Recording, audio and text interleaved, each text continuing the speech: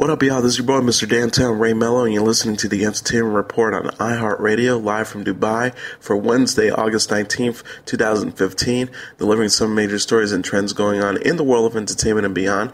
You can follow the show on Facebook or on Twitter, facebook.com/The Entertainment Report with Ray Mello, that's RAYMELO, or on Twitter at The Enter Report. You can listen to the show anytime you want on iHeartRadio or any of its apps. Just search for The Entertainment Report, and it'll take you to the page. Chelsea O'Donnell, the 17-year-old daughter of comedian Rosie O'Donnell, has been found safe after being reported missing earlier this week. O'Donnell, who earlier Tuesday had announced Chelsea's disappearance via her website, tweeted later in the afternoon that her daughter had been located. O'Donnell wrote, "Chelsea has been found and is safe in police custody. Thank you for all the help and light. #missing children."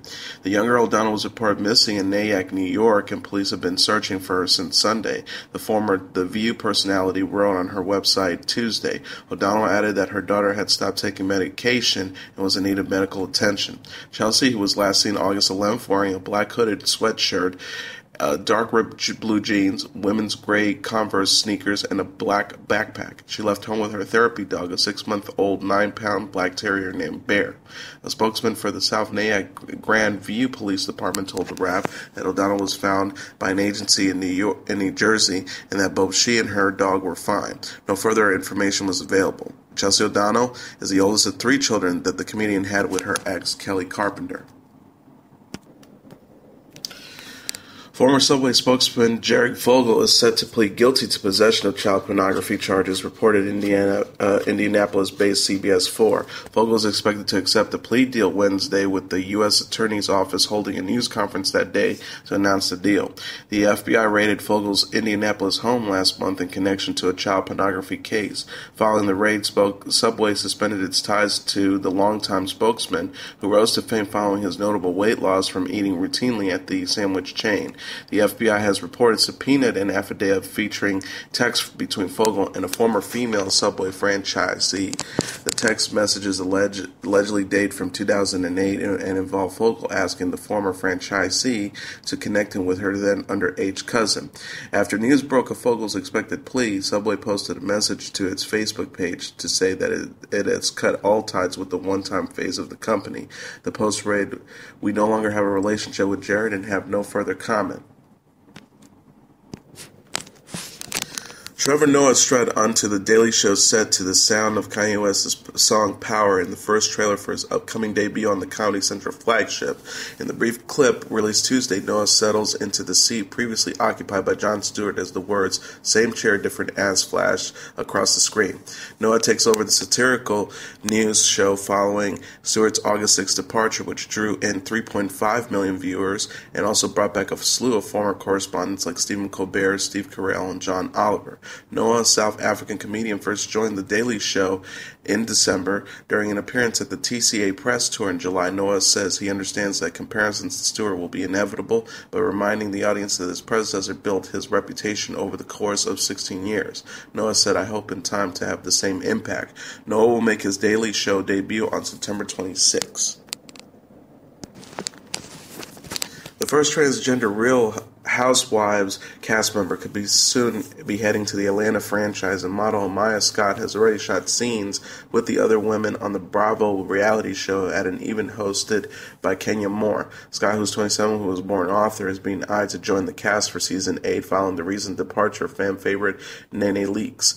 An insider with the knowledge of the situation told the Wrap Maya attended a cast event that Kenya threw in Atlanta on Monday night, which was the first time she had filmed for the show. She is being considered for being featured on the series, but it is too early to tell yet, as there is still so much time until production and things could still change. Scott has openly talked about her transition, which she began at 17 on social media, and describes herself as a transgender model, makeup guru, weave specialist, and unicorn with an invisible horn in her Twitter profile. She also has her own website where she offers makeup advice to followers. With Leakes quitting the show after 7 seasons and heading to ABC NBC for an upcoming variety series To Tell the Truth. Along with Betty White and Anthony Anderson, there's a large void to fill at Real Housewives of Atlanta, but it's still yet unknown whether Scott could be a potential regular star in the reality show. The insider said no one knows in what capacity Maya would be featured. It could be as a cast member or as a guest role, as she is friends with some of the ladies. Official casting announcements aren't expected until mid-late September. Facts of Life actress Kim Fields is also reportedly joining the Real Housewives of Atlanta when it returns for season 8. Bud Yorkin, a groundbreaking writer, director, and co-producer who partnered with Norman Lear on such hit 1970s television comedies as All in the Family, Maude, The Jeffersons, and Sanford & Son, has died. He was 89. Yorkin died Tuesday at his home in the Bel Air neighborhood of Los Angeles of natural causes. Family spokesman Jeff Sanderson said in a statement issued to the Wrap. Yorkin, who was born in the coal mining town of Washington, Pennsylvania in 1926 and discovered a passion for writing while serving in the U.S. Navy during World War II. After earning a degree in electrical engineering from Carnegie Mellon and then Carnegie Tech on a football scholarship, he started his television career as a camera engineer for NBC. He soon switched to working as a stage manager and then a writer for NBC's variety cast, The Colgate Comedy Hour. He worked his way up to directing The Spike Jones Show and Light Diamonds Jubilee. In 1957, he wrote, directed, and produced the Emmy Award-winning An Evening with Fred Astaire. Yorkin won 3 Primetime Emmys, including awards in the writing and directing categories for An Evening with Fred Astaire, and he took home a 3rd Emmy in 1960 for directing The Jack Benny Show. Yorkin is survived by wife Cynthia Skiles Yorkin, sons David and Michael, daughters Nicole and Jessica, and 4 grandchildren. A private funeral will be held at a date that has not yet been announced. Things are getting pretty prickly in the latest on-set image for Suicide Squad. Director David Ayer posted a photo to Twitter on Tuesday of Harley Quinn, played by Margot Robbie, wielding a tattoo gun as she inks an unidentified man. Hashtag Skawad, the director captioned the pic, an apparent reference to the character's questionable spelling skills. Ayer also posted an image of the sign for Harley's tattoo business, which with one of the words intentionally misspelled. Jared Leto, Will Smith, and Carla Delevingne co-star in the Warner Brothers film featuring DC comic supervillains. Suicide Squad hits theaters August 5th, 2016. The writer and director of the film Snow on the Bluff says he's getting the cold shoulder from Snoop Dogg and he's suing Mad about it. Bluff director Damian Russell is suing Calvin Brodus, aka Snoop Dogg, JT the Bigga Figga, and Snoop's affiliated urban streaming app Trapflix, claiming that they made an unauthorized sequel to the film, according to court papers obtained by the Wrap. In the lawsuit filed in federal court in California on Friday, Russell said that he and Curtis Snow, a resident of the Atlanta neighborhood The Bluff, agreed to work together on Snow on the Bluff, which was loosely based on Snow's life. According to Russell, Snow assigned the rights to his life story, likeness, and other elements to Russell's production company, Fuzzy Logic. However, Russell claims that didn't stop Trapflix, Snoop, and JT the Bigga Figga from creating, producing, marketing, and or distributing unauthorized movie sequels, among other things, marked as Snow on the Bluff 2 or Snow on the Bluff 3. The suit claims that Trapflix released Snow on the Bluff 2 in April 2015 as an executive with Fig Panamera, aka JT the Big Figga, and Snoop Dogg listed as executive producers. Snow on the Bluff 2 utilizes many of the same elements as the original Snow on the Bluff, including the documentary film style use of many of the same actors, shot similar scenes in similar locations, the lawsuit reads. A spokesman for Snoop Dogg has not yet respond for the Rap's request for comment. The suit says that Fuzzy Logic has demanded that the defendant cease and desist from selling works marked with alleged infringing marks, but they have refused to do so. It goes on to claim that JT the Bigga Figga has acknowledged that Russell owns the Snow on the Bluff copyrights and offered to buy him out, but became competitive and aggressive when Russell expressed reluctance and indicated that he intended to continue his infringing activities. Alleging copyright infringements, false advertising, false designation, and other counts, Russell is seeking unspecific damages. As their Straight Outta Compton film enjoys tremendous success in theaters across the nation, Dr. Dre and Ice Cube have filed court papers demanding they be released from a lawsuit over an incident earlier this earlier this year that loosely connected with the film. In January, rap mogul Marion Suge Knight ran over one of the film's technical advisors, C. Blown Sloan, and Compton businessman Terry Carter. The death of Carter has led to a wrongful death and negligence lawsuit by his widow, who, in a complaint filed in June, painted the tragic tale of how reckless corporate greed, discussed it as a request of authenticity, led to a foreseeable altercation that resulted in the death of a successful businessman named Terry Carter, and left his wife of 28 years and his two daughters asking why his death ever had to occur. Dr. Dre and Knight have been feuding for years, ever since the hip-hop star left Death Row Records. Dre has a restraining order against Knight. Last January, a commercial for Straight Outta Compton was being filmed when Knight showed up because of reported unhappiness about his portrayal and financial participation. According to the complaint, Universal and Pretty Bird Pictures hired Sloan to recruit gang members to serve as extras, as well as provide security for on-location shootings in gang-controlled neighborhoods. When Knight showed up at the base camp, Sloan directed him to leave. Knight and Carter, who was acting as a peacemaker, then arranged to meet up in the parking lot of a fast food restaurant about 3 miles away. It was there that Sloan reappeared to continue his verbal altercation with Knight, who slammed down on his gas pedal with the alleged intent of running over Sloan. Knight also hit and killed Carter. The lawsuit against those involved with Straight Outta Compton alleges that the defendants should have known about the tensions between Dr. Dre and Knight and should have made security provisions to create a safe environment. It also alleged that Dr. Dre and Cube are vicariously liable for Sloan's conduct. In a demurrer filed last week, Dr. Dre and Cube said they committed no malfeasance, that their only affirmative act was a specific request that Sloan direct Knight to leave camp. They said did not create undue risk for anyone, let alone Carter. The two also say they owe no duty to Carter, that Knight's assault wasn't foreseeable, and raised the prospects of what might have happened if they allowed Knight to stay at the base camp. According to their motions, these allegations plainly demonstrate that allowing Suge to remain at the base camp posed a serious risk that Suge could have injured someone at the camp, including Dr. Dre, Bone, or one of the numerous cast and crews working on the film. Certainly the risk that Suge might leave the base camp and proceed to this fatal confrontation with Carter was no more foreseeable than the possibility that Suge would injure or kill someone else if he had been permitted to stay. The former NWA members, represented by attorney Alexander Cote, said that there is no proximate cause connecting their actions to Carter's fatality, and argued that public policy and common sense can't possibly demand, quote, tolerating the presence of a dangerous and violent criminal with a grudge. Suge Knight is currently awaiting trial for murder of Carter and attempted murder of Sloan. Sci-Fi is no longer seeking Haven. The cable network has axed the Sci-Fi series after 5 seasons, The Hollywood Reporter has confirmed. The news comes just a year after the drama, which stars Emily Rose, Lucas Bryan, and Eric Balfour, earned a supersized Season 5 renewal for 26 episodes, double the norm of 13 installments. The second half of Season 5 is set to bow in October. Based on Stephen King's The Colorado Cade novella, Haven centers on the strange events of a small Maine town. Adapted for the screen by Sam Ernst and Jim Dunn, the duo exec-produced the E1 Entertainment series with Scott Shepard, Lloyd Segan, Sean Pillar, as well as E1 Entertainment's John Moranis, Noreen Halpern, Laszlo Barner, and Michael Rosenberg. Sci-Fi's decision to cancel with the series is not surprising, given the network's new direction, and particularly its renewed focus on high-profile sci-fi programming like 12 Monkeys and the upcoming projects The Expansive and Childhood's End. The network's slate also includes Olympus, Killjoys, Bitten, Defiance, Z Nation, and Dark Matter, as well as the upcoming series Hunters and The Magicians. On the pilot side, Sci-Fi has also have in the works the Ben Affleck and Matt Damon produced drama Incorporated.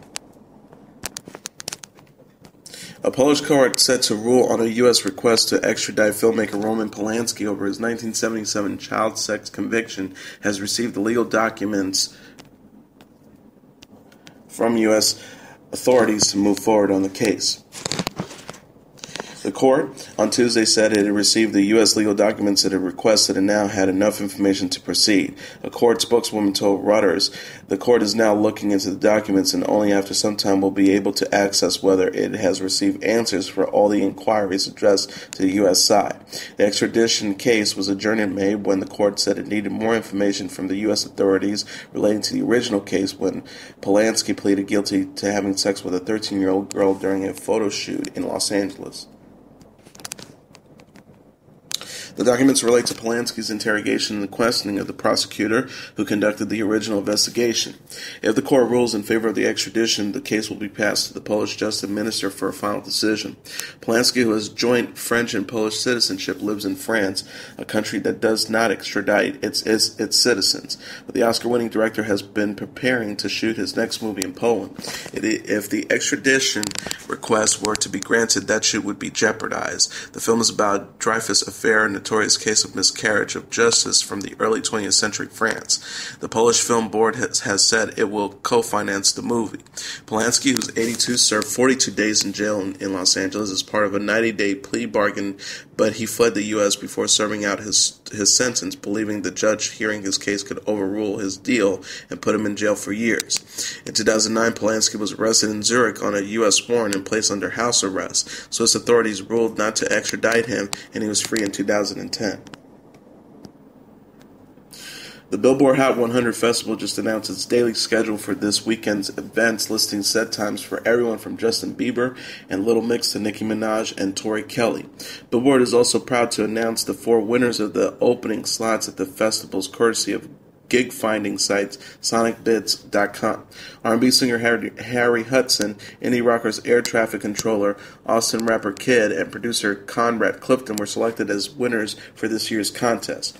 The Hot 100 Festival is taking place this weekend, August 22nd to the 23rd at the Nikon Jones Beach Theater, and feature artists spanning from the worlds of pop, EDM, and hip-hop.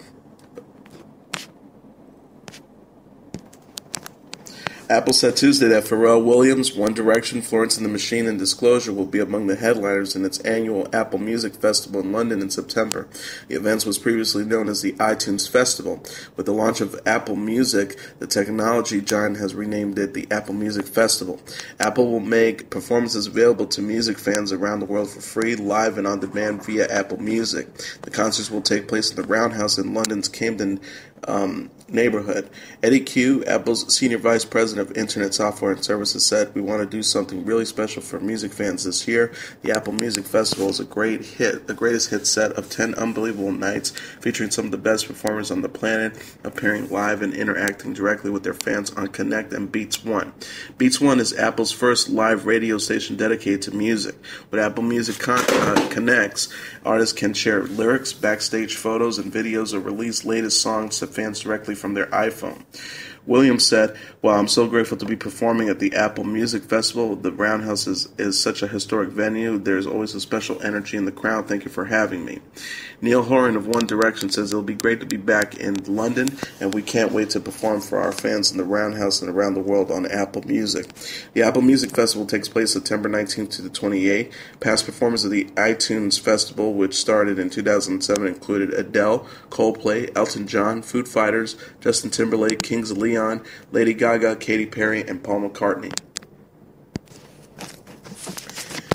Stevie Wonder's surprise pop-up concert at Central Park's Summer Stage August 17th was to promote the extension of his Songs in the Key of Life's performance tour for an additional and final 21 U.S. dates. But don't think his exclusive live focus on his 1976 opus means Monday's mini-concert was purely an exercise in nostalgia. Yes, he more than satisfied with a generous 8-song helping from songs. Only 2 to 3 were promised pre-show, including Stone Cold classics like Sir Duke, I Wish, and Ass. But between songs, the soul icon proved he's far more plugged into 2015 than many of his baby boomer peers. In addition to dropping a bit of Kendrick Lamar at one point, "We're Gonna Be Alright," Wonder shouted with glee. He also offered a parody of the Weeknd's #1 hit, "Can't Feel My Face." Wonder sang to the tune of the Billboard Hot 100 Fest headliner song, "You Can't See Me When I Got My Clothes Off, I Love It." Yes, Stevie Wonder dirt up a song from the notoriously dirty singer-songwriter Abel Tesfaye. Wonder didn't merely display interest in today's pop culture, though. Aside from jokes on musical ad-libs, he used his stage time to address gun control, bullet accountability, and underprivilege. He even changed the lyrics of one song to explicitly call out the fact that Village Ghetto Lane has not disappeared from America nearly 40 years after he sang about purchased police officers and starving children. While Wonder nodded briefly to police brutality during his concert, which included a quick Q&A in front of the whole audience, the R&B genius elaborated on the subject while speaking to Billboard backstage after the show, turning the discussion to a criminal reform. Wonder told Billboard, "I think the judicial system as a whole is jacked up in this country. I think it needs an overhaul, a fix. When you put people that have done very small crimes in the same prison as a person who has done a hard life crime, it's ridiculous and unacceptable." So then people who've done a little thing, maybe they've dealt a little marijuana, they're in a situation where they become hardened criminals, being around others like that. People don't care. They just want to be protected, but they're making it worse. As for racially motivated murders, Wonder says he can hardly believe it's still a problem in this country. As a person who's blind, I don't get how we've been talking about this racial thing the whole time. It's so stupid. Stop it already. Fix it, he says. But Wonder was wistful too during the interview, bringing up an unimpromptu childhood memory of his mother bringing him to a faith healer at a local fair one time to be cured of his blindness. He recalls, "I remember my mother would cry so much. My son is blind. Why did you do this, God?" And one time when I was 8 years old, I was like, "Mom, you're making my head hurt with this crying. Maybe God has another plan for me, something bigger than me seeing." Even during such remnants we quickly return to present day. You get the sense he enjoys remembering, but keeps his head in the present. As for the future, Wonder teased that new music might be coming sometime in 2015 during his show. Wonder said of his current musical taste, "I'm listening to a little bit of everything. I like Kendrick's album a lot, and I like Weeknd a lot too. I love music. I love change. I'm channeled always by the new. In the new, there's something that's you in there. I don't ever feel intimidated. I don't ever think, wow, Stevie, you're so great. I think, God, I thank you every day for allowing me to be alive." As for Wonder's live stage presence in 2015, even while he's performing material from a double LP made in '76, he sings, plays, and laughs with as much vitality and energy as if the songs were released 39 years ago instead of 39 years. And now let's look back at what happened on this date in entertainment history. On this date in 1964, the Beatles kicked off first U.S. tour at San Francisco's Cow Palace. The Beatles took America by storm during their famous first visit, wowing the millions who watched them during their historical television appearances on the Ed Sullivan Show in February 1964. But after the first great rush of stateside Beatlemania, the Beatles promptly returned to Europe, leaving their American fans to make do with mere records. By late summer of that same year, however, having put on an unprecedented and still unmatched display of pop chart dominance during their absence, the Beatles finally returned. On this day in 1964, more than 6 months after taking the East Coast by storm, the Fab Four traveled to California to take the stage at the Cow Palace in San Francisco for opening night of their first ever concert tour of North America. Although in retrospect it would seem a laughable understatement of their drawing power in America, Beatles manager Brian Epstein chose venues like the 17,000-seat Cow Palace for the 1964 tour expressly because he feared that the Beatles might not sell out large sports stadiums like San Francisco's Candlestick Park, where they would play their final official concert in 1966. Suffice it to say that the Beatles had no difficulty filling the Cow Palace, which was packed with 17,130 screaming fans, when the group bounced to the stage shortly after 9 p.m. on this date in 1964 and launched into Twist and Shout.